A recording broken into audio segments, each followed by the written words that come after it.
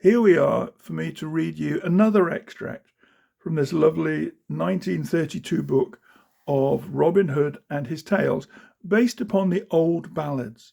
The book's title is Robin Hood and His Merry Outlaws, and if I go back to the introduction page or the title page, it's called Robin Hood and His Merry Outlaws, retold from the old ballads, but they're being retold, those old ballads, by J. Walker McSpadden and Charles Wilson. This is chapter 4. How Little John entered the sheriff's service. It had come round to another fair day at Nottingham town, and folk crowded there by all the gates. Goods of many kinds were displayed in gaily coloured booths, and at every cross street a free show was in progress. Here and there, stages had been erected for the play at Quarterstaff, a highly popular sport. There was one fellow, Eric of Lincoln, who was thought to be the finest man with the staff for miles around. His feats were sung about in ballads through all the shire. A great boaster was he withal, and today he strutted about on one of these corner stages and vaunted of his prowess, and offered to crack any man's crown for a shilling. Several had tried their skill with Eric, but he had soon sent them spinning in no gentle manner amid the jeers and laughter of the onlookers. A beggarman sat over against Eric's stage and grinned every time a pate was cracked. He was an uncouth fellow, ragged and dirty and unshaven. Eric caught sight of his leering and face at one of his boasts, for there was a lull in the game, because no man else wanted to come within reach of Eric's blows. Eric, I say, noticed that the beggarman grinning at him rather impudently, and turned toward him sharply. "How now, you dirty fellow?" quoth he. "Mend your manners to your betters, or, by Our Lady, I'll dust your rags for you." The beggarman still grinned. "I am but a poor beggar, yet I'm always ready to mend my manners to my betters," said he. "But I'm afraid you cannot teach me any better than you can dust my jacket." Come up, roared the other, flourishing his staff. "That will I," said the beggar, getting up slowly and with difficulty. "It will pleasure me hugely to take a braggart down a notch, and some good man will lend me a stout quarterstaff." At this, a score of idlers reached him their staves, being ready enough to see another man have his head cracked, even if they wished to save their own, and he took the stoutest and heaviest of all. He made a sorry enough figure as he climbed awkwardly upon the stage, but when he had gained it, he towered full half a head above the other, for all his awkwardness. Nathless, he held his stick so clumsily that the crowd laughed in great glee. "Strike a blow for Nottingham, lad," shouted many voices. Then each man took his place. I'm just going to look at this beautiful picture. It says, Little John defeats Eric of Lincoln. And of course, that means I've given you a little bit of a clue about who the beggar might be. With a broad swing, the beggar swept him clear off the stage, much as you would brush a fly off the window pane. So back to what the crowd are saying. "Strike a blow for Nottingham, lad," shouted many voices. Then each man took his place and looked the other up and down, watching warily for an opening. Only a moment stood they thus, for Eric, intent on teaching this rash beggar a lesson and sweeping him speedily off the stage, launched forth boldly and gave the other a sounding crack on the shoulder.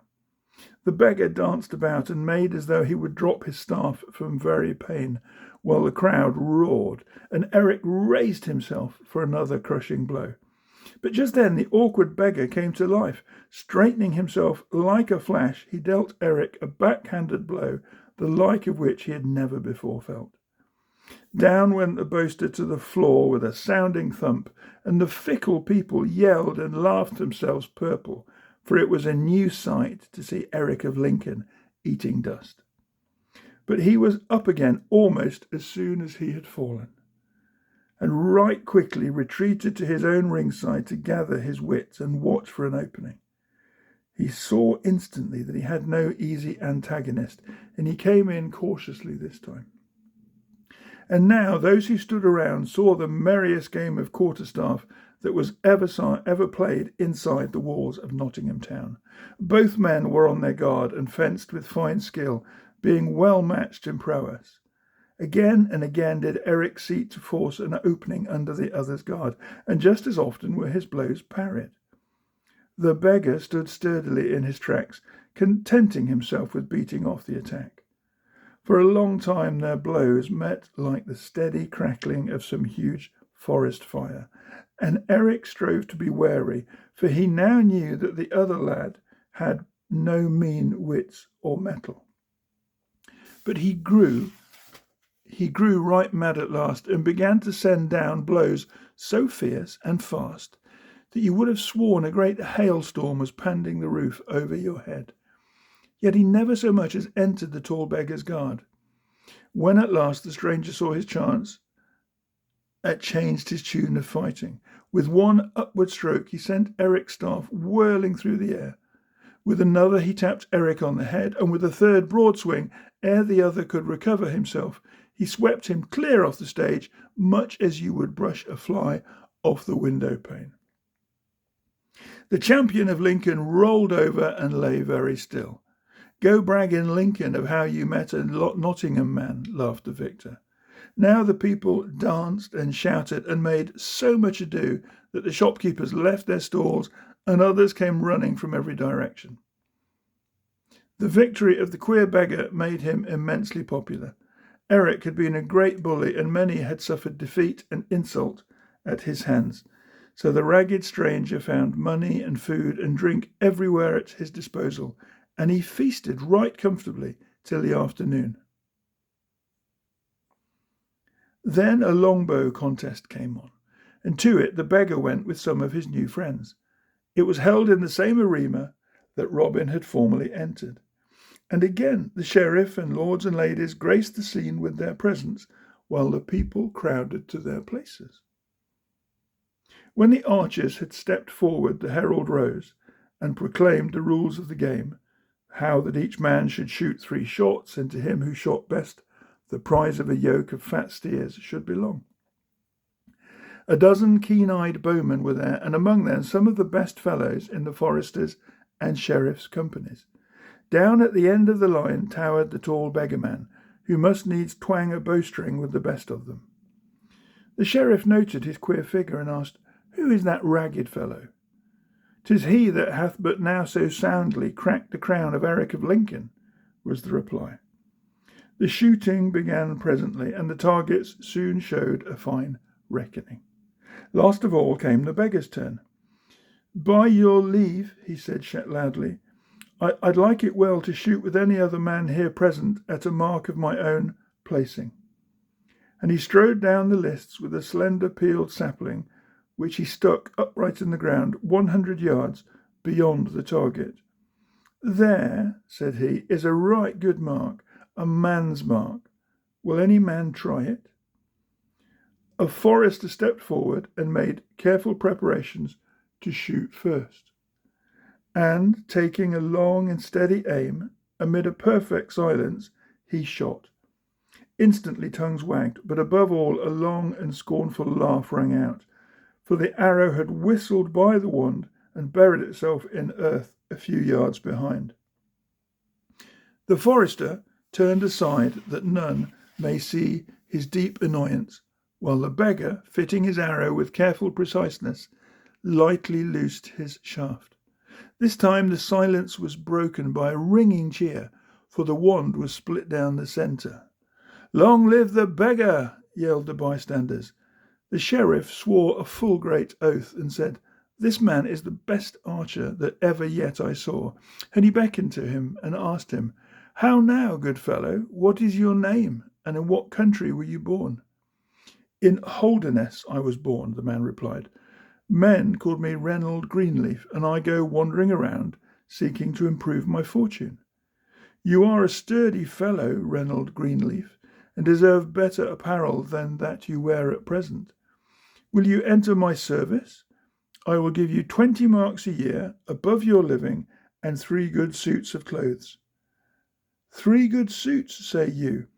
Then right gladly will I enter your service, for my back has been bare this many a long day."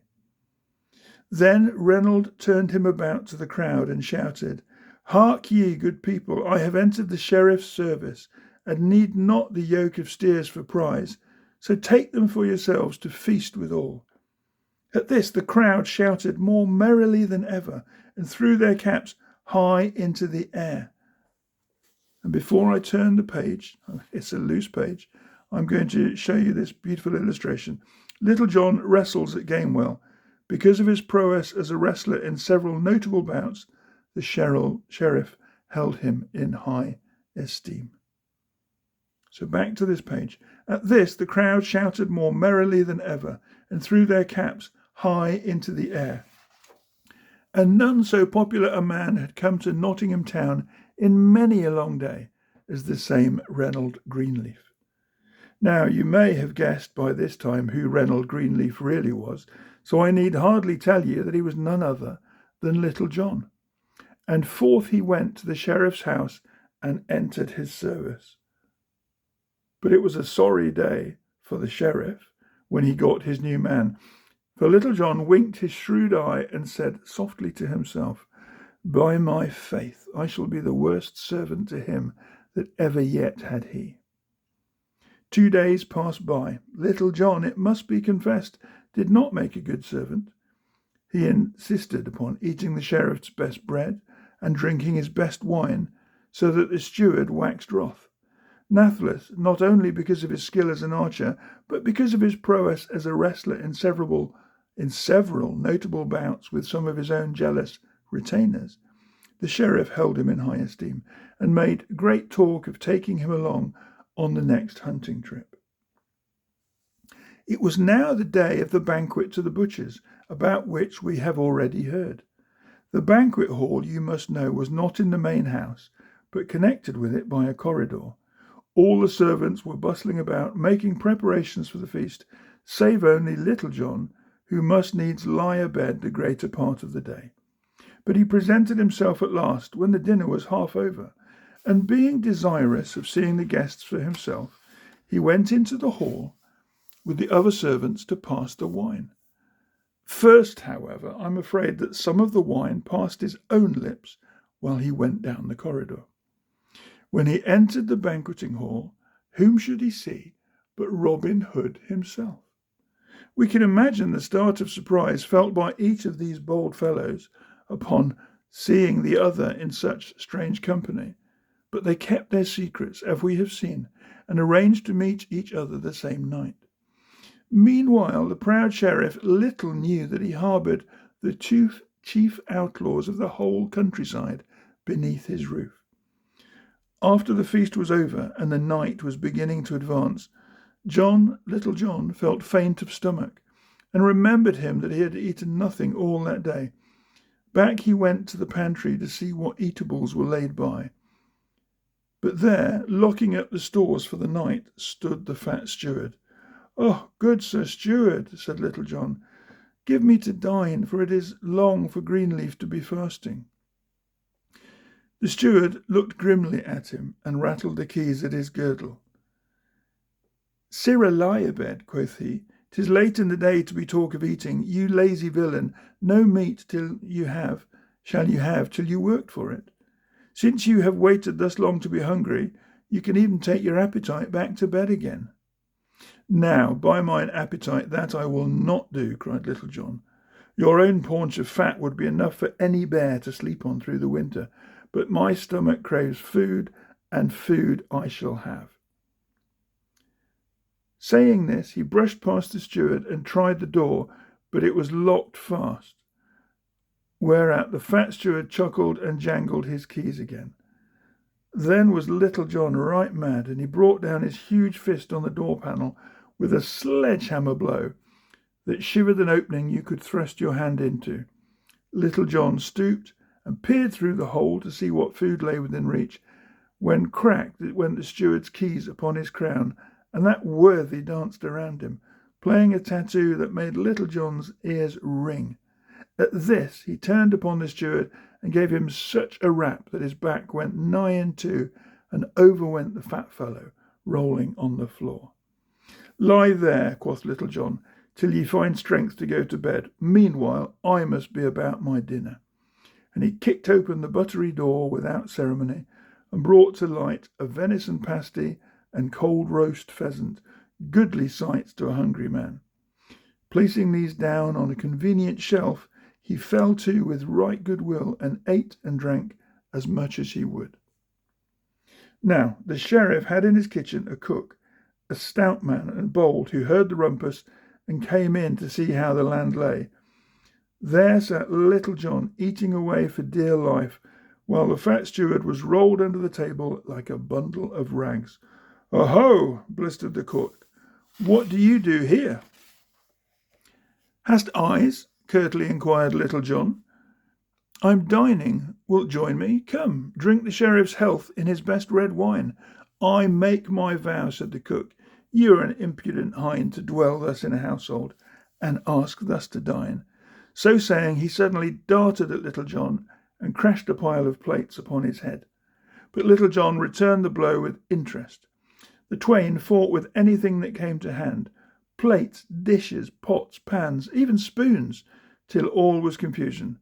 But at length, in a fury, the cook drew a good sword that hung at his side. "I make my vow," said Little John, "you're a bold man and hardy to come thus between me and my meat. So defend yourself and see that you prove the better man." And he drew his own sword and crossed weapons with the cook. Then back and forth they clashed with sullen sound.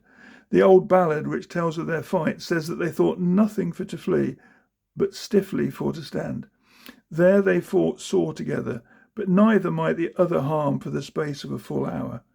"I make my vow," cried Little John, "you are the best swordsman that ever yet I saw. What say you to resting a space and eating and drinking good health with me? Then we may fall to again with the swords." "Agreed," said the cook, who loved good fare as well as a good fight, and they both laid by their swords. And here we've got a beautiful illustration. Little John fights with the cook in the sheriff's house. The twain fought with anything that came to hand, plates, dishes, pots, pans, and as we can see, Little John, even spoons. So back to the reading again. "Agreed," said the cook, who loved good fare as well as a good fight, and they both laid by their swords and fell to the food with hearty will. The venison pasty soon disappeared, and the roast pheasant flew at as a lively a rate as ever the bird itself had sped. Then the warriors rested a space and patted their stomachs and smiled across at each other like bosom friends. For a man, when he has dined, looks out pleasantly upon the world. "And now, good Retold Greenleaf," said the cook, "we may as well settle this brave fight we have in hand." "A true saying," rejoined the other. "But first, tell me, friend, for I protest you are my friend henceforth, what is the score that we have to settle?"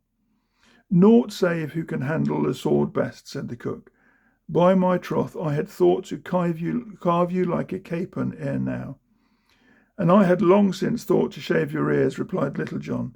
"This bout we can settle in right good time, but just now I and my master have need of you, and you can turn your stout blade to better service than that of the sheriff." "Whose service would that be?" asked the cook. "Mine," answered the would-be butcher, entering the room. "And I am Robin Hood." Brilliant story. Lots of action. Little John finds a new friend in the cook, and Robin Hood steps in at the same time.